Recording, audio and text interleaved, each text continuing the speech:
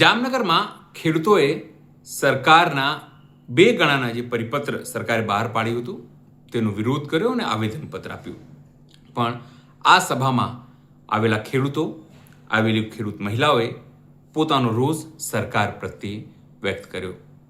મહત્વપૂર્ણ બાબત એ છે કે વડાપ્રધાન નરેન્દ્ર મોદીને આ મહિલાઓએ ખાસ નિશાન બનાવ્યું, કારણ કે તેઓ કહે છે કે હવે રક્ષાબંધન આવી રહ્યું છે અને તેઓ રક્ષાબંધનમાં વડાપ્રધાન નરેન્દ્ર મોદીને રાખડી બાંધવા માંગે છે.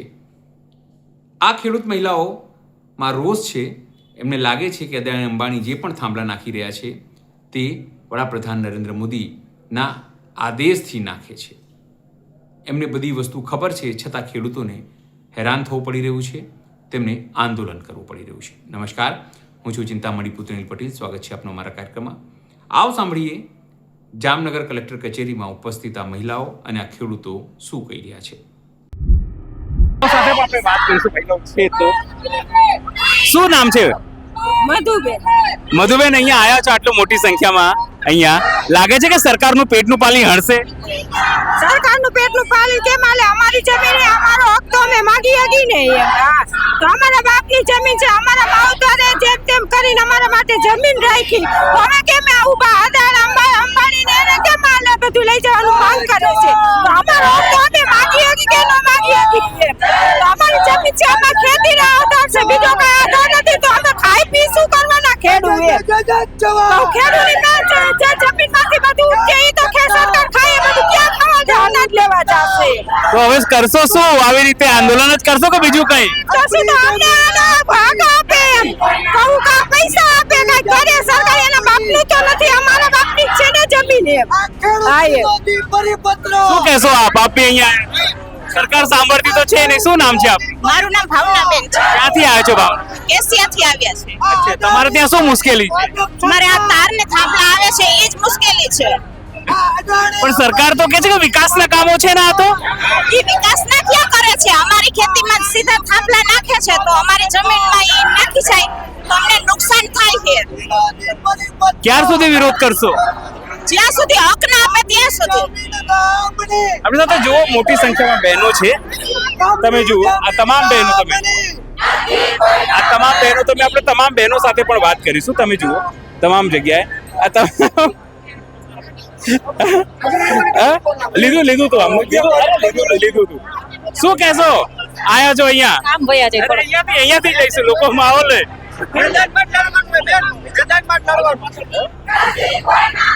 જય જવાન જય કિસાન.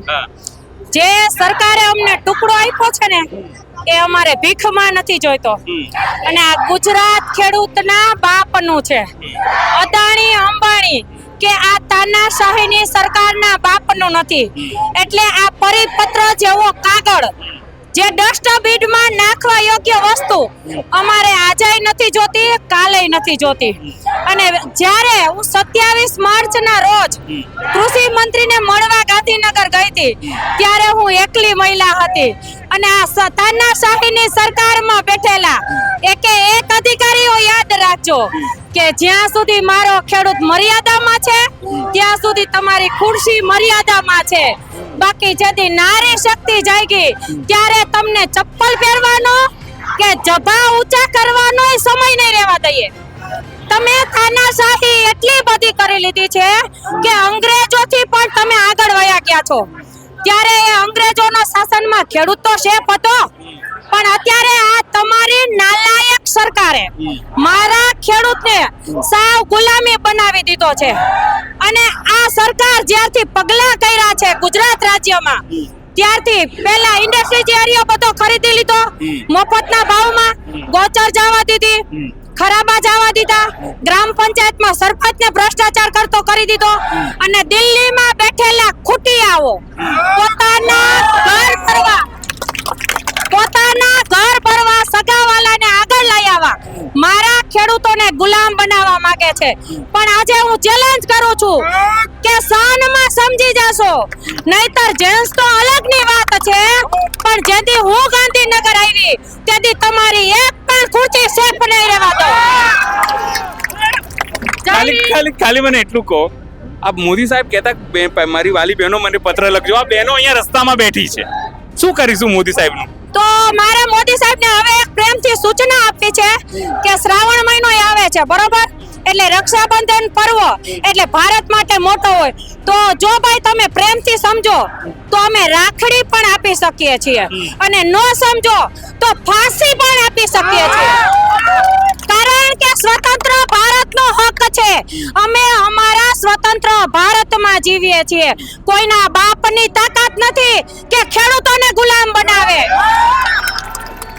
અને તમારી આ નાલાયક સરકારના કારણે, ભ્રષ્ટાચારને કારણે આજે મારા ખેડૂતોને લાઈનમાં ઊભું રહેવું પડે છે. એનું એક જ પરિણામ છે કે જ્યારથી તમે ગુજરાતમાં પગલા પડ્યા છે અપશુકનિયાર, ત્યાંથી મારો ખેડૂત લાઈનમાં ઊભો રહેતો અને ભીખ માંગતો થઈ ગયો છે. અને ખરેખરમાં ભીખ તો આ નાલાયક સરકારમાં બેઠેલા અધિકારીઓએ માંગવાની છે. કારણ કે અમારું પરસેવાનું કામેલું ખાઈએ છીએ. તમારી ગોળે અમે એસી વાળી રૂમમાં બેસી ખોટી ફાકા પોતદારી નથી કરતા. એટલે એટલું યાદ રાખજો કે સાનમાં સમજી જાવ તો બે હાથ જોડીને રિક્વેસ્ટ છે, નહીતર શું કરું એનું આખું મેનેજમેન્ટ અમારી પાસે છે. એટલે તમે એવા વેમમાં નહીં રહેતા કે અમને ખાલી આ હાથ ફેરવે છે. અમે પ્રેમથી રહીએ ત્યાં સુધી ખેડૂતો છીએ. બાકી જેદી ગાંધીનગર આવ્યા 144 કલમ લગાડી એ વસ્તુ જાતિ છે, પણ જેદી મારી 144 કલમ લાગી તેથી તને એક પણ ગામમાં આ બીજેપીની સરકાર નહીં આવવા દઈએ. આ ભૂપેન્દ્રભાઈ છે કે કૃષિ મંત્રી આપણા જીતુભાઈ છે, એ લોકો કેમ કશું નથી બોલતા? એ લોકો હવે ઈ લોકો બોલે તો આમાં કેટલા કૌભાંડો છે. ગ્રામ પંચાયતના ખરાબાથી માંડી ગૌચરની જમીન એના મળતિયાઓ ખાઈ ગયા છે. એટલે ના તો કૃષિ મંત્રી બોલશે, ના મારા ભાઈશ્રી મારા પાટીદારમાંથી આવતા એ ખેડૂત જ કહેવાય. આમ દેખાવ કરવા ટ્રેક્ટર ઉપર ચડીને વિડિયા ઉતારશે એટલે જનતાને એવું થાય કે આપણા કૃષિ મંત્રી વાડીએ ગયા છે. અરે ભાઈ, તું કોક દી 24 કલાક કામ કરીને બતાવ તો જનતા તને એમ કહે કે ના તું કૃષિ મંત્રી છો. હું તો એમ કહું છું કે જેને કૃષિ મંત્રી બાબતની જે વાડીની ખબર ન પડતી હોય, આવા અંધભક્તોને શા માટે સત્તામાં બેસાડો છો? બહુ નારાજ છો તમે. કેમ આટલું બધી સરકારથી તમે નારાજ છો? મારે કઈ વાંધો નથી સરકારથી, પણ સરકારનો ભ્રષ્ટાચાર. મારા ખેડૂતો લાઈનમાં રહેતા થઈ ગયા છે. આજે બધાની પ્રગતિ થાય તો મારા ખેડૂતોની કેમ નથી થતી? અને માલ અમે ઉત્પન્ન કરીએ, ભાવ લફંગાઓ તૈયાર કરે. આ એક જોવા જેવી વાત નથી કે એની પ્લાસ્ટિકની વસ્તુ હોય તો એ લોકો કહે તો અમારે એ આપવાના, અને ઉત્પન્ન અમે જે કાંઈ કરીએ લોહી પરસેવો ફાડી અને વચ્ચે એના દલાલિયાઓને આગળ લઈ આવવા માટે આ સરકારમાં બેઠેલા ભક્તો હલકટ કક્ષાના જે ખેડૂતોને પાયમાલ કરવા માંગે છે એવા અધિકારીઓ આજે સત્તામાં બેસી અને મારા ખેડૂતને પાયમાલ કરે છે. એટલે આ મોટામાં મોટી નારાજગી છે. આપણે તો બીજા પણ આગેવાનો છે, તમામ કોઈની સાથે પણ વાત કરી છે. આપણે આવો ભાઈ, આવો, તમામ લોકો આવો. જૂના ને જાણીતા અમારા આ તમામ પેલા જુઓ, પેલા બહેનો તમે જુઓ, આ બહેનો પણ અહીંયા આ બહેનો પણ તમે જુઓ લાઈનસર અહીંયા બેઠી છે. કોઈને વિરોધ નથી. જો તમે હિન્દીમાં બેનરો જુઓ, કિસાન વિરોધી પરિપત્ર, આ તમામ ખાનગી કંપનીના ખેડૂતોનું પરિપત્ર. એ લોકોનો શોખ છે, પરિવાર છોડીને આવી છે, ઘર છોડીને આવી છે. તમે સમજો શું એ લોકોને શોખ છે? શોખ નથી, એમની આ મજબૂરી છે. સરકારને મનાવવાની વાત છે. તમે સમજો, જે લોકો દિલ્હીમાં કે ગાંધીનગરમાં બેઠા છે, આ બહેનો નહીં દેખાતી હોય? માત્ર ખાલી બહેનોની, મહિલા સુરક્ષાની, તમામની વાતો કરવી છે, માત્ર વંદનાની વાતો કરવી છે. તમે સમજો કે સૌથી મોટી વાતો આપણે તમામ જે કેટલીક બહેનો સાથે કદાચ એમની સાથે પણ વાત કરીશું. કેમ આવ્યા છો? કેમ આવ્યા છો? કેમ આવેદન દેવા માટે? શેના માટે? ખેડૂત માટે. જે ખેડૂત વિરોધી બધી ચાલે છે તેમાં ભાગ દેવા માટે. ઘર છોડીને આવ્યા છો તો પરિવાર છોડી કામ ઘર છોડીને આવ્યા છે ને એમ, અને અમારી જમીન ઉપર કબજો કરી લે ચાલે તો નહીં ને એમ. એટલે એટલા માટે તમે સમજો, ખાલી થોડું મને જવા દો ને અહીંયાથી. એટલે શું છે, થોડી જગ્યા આપો.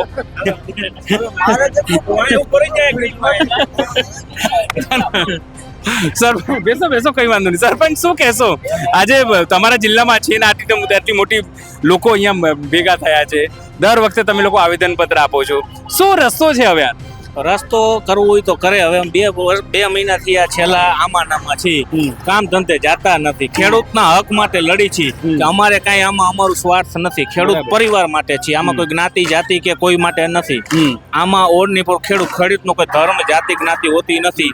ના સરકાર ગમે ત્યારે એમ કે છે કે અમે ગરીબો અને ખેડૂતોની સરકાર. બિલકુલ. તો હું કહેવા માંગુ છું કે ગરીબોનું શું કર્યું? આ ખેડૂતો બે મહિનાથી આ બેઠો તમે એના માટે શું કર્યું? ખેડૂતના બિયારણ ખાતર ગમે ત્યારે ડુપ્લિકેટ પકડાય, તમે એનો કાયદો કર્યો, કોઈને સજા થઈ, આટલા પકડાય.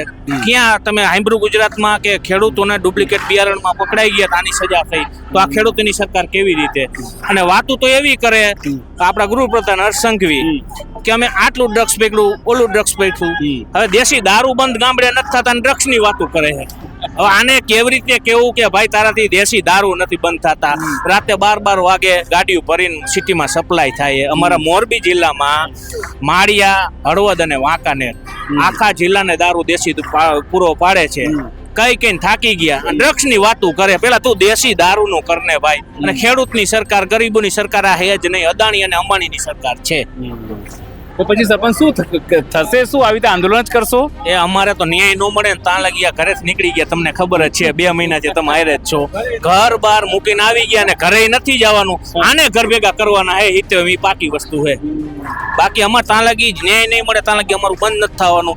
જામનગર, સુરેન્દ્રનગર, ગુજરાતના તમામ જિલ્લાઓમાં આવેદન આપીને ખેડૂતને જાગૃત કરીને પોતાની હકની લડાઈ માટે કાયમી અમે એના સાથે છીએ.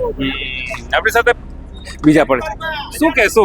જે રીતે આ તમામ વસ્તુ થઈ રહી છે, બહેનો ભાઈઓ તમામ વરસાદ છે, ખેતરમાં કામ હોય છોડીને અહીંયા આવ્યા છે. બધા ખેડૂતો પોતપોતાના કામ ખોટું કરીને એની હકની લડાઈ માટે આવે. અને ખબર છે કે આ મોંઘા ભાવની જમીન એના છોકરા, અમારે સાહેબ આમાં કેવું થાંભલો છોકરાને હક પણ નથી થતા. એમાં લખે હવે બાયોડેટા આવે ને એમાં લખે થાંભલો જ નથી થતા. આ મોટો પ્રોબ્લેમ છે. અને આ હકની લડાઈ અમારે આજીવન કદાચ અમારે બલિદાન દેવું પડે તો દઈ દેવાનું, પણ હકની લડાઈ અમારે મૂકવાની નથી. સરકારને અત્યારે શાનમાં સમજાવી, ટાઈમ આવશે એટલે અમે અમારી ભાષામાં સમજાવશું. એટલે અમારે આમાં અમારા ખેડૂતની લડાઈમાં અમારો ખેડૂત આજ કેટલા 3 મહિનાથી રોડ ઉપર છે. હવે અત્યારે રોડ ઉપર જ્યારે અમારો ટાઈમ આવશે ને ત્યારે અમે એને રોડે ચડાવશું. અમારા સરપંચે જેમ કીધું કે ડ્રગ્સ આવે તો ડ્રગ્સ બંધ નથી થતું. કરવું હોય તો સાહેબ બધું થઈ જાય. એક નાનો એવો સરકારની વિરુદ્ધ કામ 370 હટી શકે છે, તમારું SIR થઈ શકે છે 1 મહિનામાં. તો આ કેમ નહીં થઈ શકતું? એને કરવું હોય ને સાહેબ, કરવું તો તમે અહીંયા જામનગરથી મોરબી ગુનેગાર હોય ને તો 3 ફોન કરીને આયા જ કહેવાય મોરબી ગુનેગાર તરત પકડી લે. આમાં એને હપ્તા દે એટલે ન કરે. બાકી એને કરવું દારૂ બંધ ન થાય. અમારા સરપંચે ફરિયાદ કરે ઘાટીલા ગામમાં દારૂ ન આવવો જોઈએ. ફરિયાદ કરી ગઈ ઠાકર જો એને હપ્તા બંધ થઈ જાય તો બધું બંધ થઈ જાય. હપ્તા ચાલુ થયો કાંઈ બંધ નથી થતું. તો પછી હવે થશે શું કરશો હવે? આમાં ન્યાય કોઈ પણ સંજોગે સરકારને 4 ગણું વળતર, આ પરિપત્ર અમને માન્ય નથી. આ પરિપત્ર અમે બંધ કરાવીને અમાન્ય કરીને 4 ગણું વળતર લેવાની અમારી ખેડૂતની પૂરેપૂરી તૈયારી છે. એમાં કાંઈ બાંધછોડ 1% ની કરવાની થતી નથી. સર, આગામી સમયમાં જો આવેદનથી નહીં પતે તો અમે 2 મહિના પછી મહાપંચાયત કરશું અને 25 લાખ ખેડૂતોને ગુજરાતના ભેગા કરશું અને ભારત આખામાં અમે ખેડૂત નેતાને બોલાવશું. એટલે આ એમ ક્યાં કરવાનો 25 લાખનો જગ્યા ક્યાં છે? જગ્યા અમારા ઘર બધુંય છે. એ સરકાર કેમ સરપ્રાઈઝ કરે, બિલ પાસ કરે તો અમારી રીતે કહીશું જગ્યાએ દઈશું, માણાએ દઈશું, દેખાડશું. એ અમારી સરપ્રાઈઝ હોય. અત્યારથી કહેવાનું ન હોય. અત્યારથી અમે જગ્યાનું કહી તો જગ્યા વાળાને દબાવે કે આ નાલાયક સરકાર હે, હારા માણસ દીકરી તો હે નહીં એ કઈ અમને દબાવે. હવે દબાવશું ને સ્પ્રિંગ એટલી ડબલ તાકાતથી ઉછળવાની છે. સરપંચોને બી કઈ દબાવતા હતા? દબાવે છે મોરબી જિલ્લાના DDO, પોલીસ જેનું હોય કે આ ક્યાંક કરતા હોય. જો આમાં અમારા અમુક એવા નાના મોટા સરપંચ ક્યાંક હોય તો બિચારા ચૂપ થઈ ગયા છે. બાકી દબાવવાની મને તાકાત હોય તમારામાં. અમારા મંત્રીને કહું, મોરબીના ધારાસભ્યને કહું, MP ને કહું, ના ગૃહપ્રધાનને કહું, તાકાત હોય તો આવી જાય ઉમેશ જાકરસિંહને દબાવો એકવાર. કેમ કે અહીંયા કાળો ડાઘ નથી એટલે એમ બોલી. અને એને ક્યાં હારામાના દીકરા, બધા ચોરના દીકરા. હવે કોને ક્યાં હતું? અત્યારે કરોડોની પ્રોપર્ટી છે. હિસાબ કરો 182 નહીં બરોબર. એનો RTI થી માગો કેટલી પ્રોપર્ટી છે. હવે આના એક મરચા ખાંડવા માલે એમ નહોતા, આપણે અહીંયા બિહાર દીધા છે. મરચા ખાંડવા માલે એમ નહોતા ક્યાંય. અને અત્યારે આપણે વાતો કરે એની. અત્યાર સુધીમાં સાંભળ્યું ઇન્કમ ટેક્સની રેડ અહીંયા પડી. આ 182 ધારાસભ્ય 26 સાંસદની સભ્યને ઘર કેમ નથી પડતી? એની પડે ને તો સાચા. બાકી તો કલપુતળીના ખેલ હે બધા અધિકારી. લ્યો મય તમારે કઈ બોલવું છે? આવો એક જ લઈ લે શું નામ છે આપનું? મારું નામ રાજેશભાઈ રત્તાભાઈ ડાંગર, ક્યાંથી આવ્યા છો? રામપર ગામ. અચ્છા, શું છે તમારે ત્યાં શું મુશ્કેલી છે? 2014-15 થાંભલા આવતા હતા, એને 30-40 લાખ આવ્યા, બરોબર. તેથી હોનાના ભાવ 13,000-14,000 તોલાના ભાવ હતા. અત્યારે 2 કરોડ રૂપિયા તો આવવા જોઈએ કે ન આવવા જોઈએ, બરોબર. હા, મોદી સાહેબને અમારી વિનંતી છે કે 2 કરોડ રૂપિયા આવવા જોઈએ. તેથી 2014-15 30-40 લાખ રૂપિયા ભાગમાં આવતા.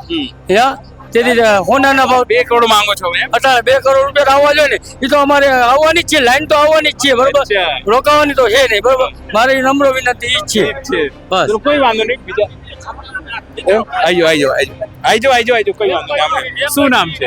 મિલન, ક્યાંથી આવ્યો છો મિલન? મોરબી જિલ્લામાંથી. અચ્છા, શું મુશ્કેલી છે? તમારે ત્યાં તો આખું આંદોલન એપી સેન્ટર છે. એમાં એવું અને તમે લોકો તો જેનજી છો, મોટી વાત એ છે. એ જ કહેવા માંગુ છું ને, સાંજમાં સમજી જાવ, બાજરાના ડુંડા જેમ કાપે ને એમ કાપીને મૂકી દેતા આવડે અમને. અત્યારે ગુજરાતના બધા યુવાનો હવે જાગૃત થઈ ગયા છે, ઉભા રોડે ચડાવવાના હી. આ કહેવા માટે છે. રફ રસ્તે એક જ મુદ્દો છે, પૈસાથી કોઈ મતલબ જ નથી. વેચી તો પૈસા આવે, પણ થાંભલા જ નથી જોતા. પૈસાને શું કરવાનું? પૈસાથી કોઈ મતલબ જ નથી. જમીન અમે વેચી તો પૈસા વાળા, થાંભલા જ નથી જોતા. પ્રશ્ન અહીંયા પૂરો થવો જોઈએ. આ કેના માટે થાંભલા રાખવાના? કે બહાર ને બીજા રાજ્યને વીજળી દેવા માટે કરો અને ભોગ દેવાનો ગુજરાતના ખેડૂતો. એનો મતલબ શું? તમારે નાખવો હોય તો કેટલી જગ્યા છે, બારોબાર નીકળે એવું હોય, એક પણ ખેડૂત નો હોય. એટલો ખરાબ સરકારી પેડો ગ્રાઉન્ડ છે, અહીંયા ઓરા નીકળી જાય. આ ખેડૂતની જમીનનો ઉપયોગ શું કામ કરવાનો આવે? કા પછી અમને ભાડું આપો, પૈસા નથી જોતા. અમને ભાડા પેટે અમે જમીન આપવા છીએ, અમે કઈ ભાડું જોઈએ, પૈસા નહીં. પૈસા વાત ભૂલી જાઓ, પૈસા નથી જોતા. પૈસા તો અમારે પૈસાની શું કરવા? એને અદાણી અંબાણી વોટ દેવો હોય તો અમે લેવા તૈયાર રહી. અમારા મા અદાણી અંબાણીને વોટ દેવો હોય તો અમે લેવા તૈયાર. અમારા ગઈઢિયા હોય, અમારી જમીન અમારે એને રોટલો ખાવીને આ જમીન પછી રાખી અમારા હાટું, બાપ દાદા હાટું. અને ભારતને વિદેશને દેવા માટે ભારત આગળ શું છે? ખેતીમાં જે ઉત્પાદન થાય ને વિદેશને દેવા માટે ભારત આગળ એક જ નાનું છે, બીજું કઈ નથી. એના માટે પૈસા પેદા થાય એવું હોય, બાકી શું હોય ભારત આગળ? હવે તમે ભાંગમાં ઉભા થઈ આવો ખેતી. હા, હું બાકી નીકળો તો ખાલી જોવા. જે રીતે આ તમામ ખેડૂત મહિલાઓ અને ખેડૂતો પોતાની વાત મૂકી રહ્યા છે, રોષ વ્યક્ત કરી રહ્યા છે, તેને લઈને આપ શું વિચારો છો? સાથે તેઓ ગામોમાં હવે પ્રતિબંધ મૂકવાની વાત કરી રહ્યા છે, તેને લઈને પણ આપ શું વિચારો છો? જરૂરથી અમારા કોમેન્ટ બોક્સમાં કોમેન્ટ કરજો. એ સિવાય અમારી યુટ્યુબ ચેનલ લાઈક કરો, સબસ્ક્રાઈબ કરો, બેલ આઇકન દબાવો.